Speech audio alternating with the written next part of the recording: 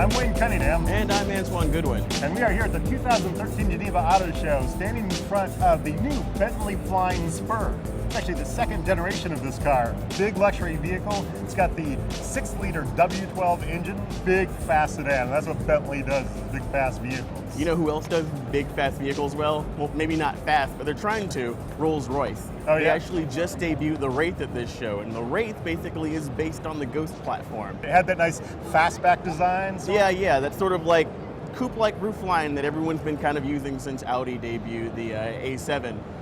But it actually 2 doors. They are the sort of coach doors that open backwards. 0 to 60 in 4.4 seconds, and something that weighs as much as a small boat. That's kind of impressive. Okay, but you know what's faster? What's faster? The new Ferrari. They just actually unveiled a new limited edition. Only 499 units are going to make. And you know what it's called? What's it called? LaFerrari. That's the horrible name. They may as well have called it the LaFonda.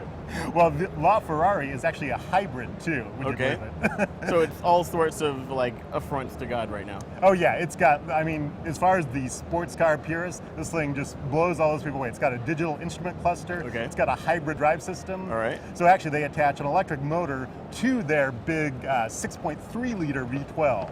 And they say to 62 miles an hour in somewhere under 3 seconds. They have no idea. Okay, that's impressive. That's impressive, and it is kind of exclusive, only a couple hundred made, but I've got a car that's even more exclusive than that. It's way over our shoulder here at Lamborghini's booth. It's the Lamborghini Veneno. They're actually only making 4 of these. 4? They're only selling 3, and they're already sold out.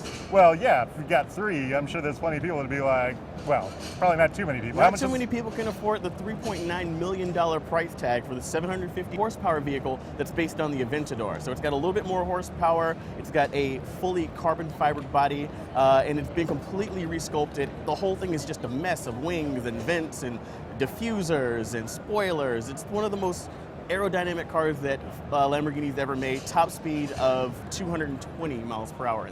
Well, we've been talking about a lot of very expensive cars, none that I can afford. So let's go take a look at a car that I really like, that I might be able to afford, and that they will be selling in the US. All right, let's look.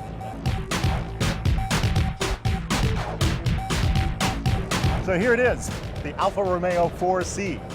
And when I saw the concept of this car, I was really excited. And this one is actually going to be coming to the US. Oh, is it? Yeah, so it's this really lightweight, they say like 2,000 pounds. That's extremely light for today's cars. 1.7 liter direct injection turbocharged engine, All right. 240 horsepower. I mean, that sounds like fun, doesn't it? All sounding good, and it looks like it's also mid-engined. So, I mean, this is a pretty inexpensive mid-engined, high-powered, rear-wheel drive car. I mean, what's not awesome about that? Yeah, well, there's a couple things that are not awesome about it, actually. Look at these headlights. Okay, they look bad. They're weird. They kind of look very insect-like and Yeah. a little weird, but I think you're nitpicking like one thing on what's an otherwise beautiful car. They need a lens over them or something. I don't know if I could walk out to this car every day and say like, yeah, that looks good. Well, you know, you leave it to the aftermarket, or you can maybe look at something a little bit different if you're looking for like a pretty inexpensive sports car, because the Chevy Corvette Convertible was actually just announced at the show. So the same 450 horsepower, 450 pound-feet of torque, 7th generation Corvette that we saw in Detroit now has a pretty awesome retractable cloth top. What's interesting is that Chevrolet says they didn't actually have to like add any sort of like structural rigidity to the vehicle. It was built from the ground up to be a convertible, so it's not any heavier. That's awesome. So it's that awesome. It is that awesome. On the other hand, we've got some other convertible conversions here at the show that maybe weren't designed to be convertibles from the ground up. We're talking about the FT86 Open concept. Oh, this is based on the Scion FRS, Subaru BRZ, Toyota GT86 if you want to go. Yeah, all the way like there. all of those cars. Yeah, you know, I love the handling of the FRS, BRZ, GT86. I don't really like the looks of that FT86 Open though. Yeah, it kind of looks a little incomplete. They actually haven't shown us what the car looks like with the top up.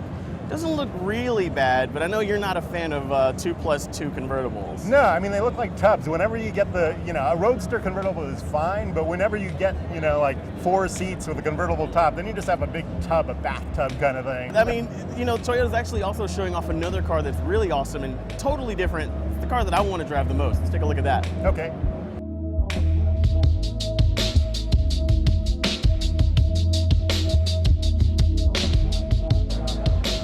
Now that down there is the Toyota iRoad concept. It's an interesting little car. Yeah, I don't know if that's really a car, is it? It's only got 3 wheels? Well, it's kind of a trike.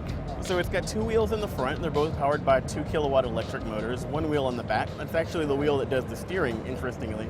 And I was watching the Toyota people demonstrate it, and it actually has this really cool feature called active lean. So what happens is when you really crank the wheel and start getting into a turn, the front wheels give you a little bit of camber. So the whole vehicle leans into the turn. It's really awesome, and it looks like a lot of fun. Well, it's a 1-seater and it's a motorcycle, right? 2-seater. You get the tandem seating. There's a second seat behind the driver for your junk or your significant other, whoever you want to That's not take a around car. with you. It's not a car. Now, VW does have a car called the XL1. It's 261 miles per gallon is what they're saying. Okay, I'm impressed. Go on. Yeah, so small 2-cylinder diesel engine mated to like an electronic motor. Okay. They actually made it 0.9 liters per 100 kilometers with this car. It's a plug-in hybrid. It goes about 30 miles under electric power by itself, and then you can go, I guess, a lot more depending on how big the tank is. They haven't talked too much about it, but they do say 12.7 seconds to 60 miles an hour, which is not fast. So pretty much what you're telling me, we've gone from supercars that do single-digit zero-seeking times to this Volkswagen that does about half a minute, right? Yeah, the LaFerrari to the La XL1. Yeah, I think you've pretty much covered the entire gamut here. Well, I'm LeWayne Cunningham. And I'm Antuan Goodwin, and that about wraps it up for the 2013 Geneva Motor Show. Cheers.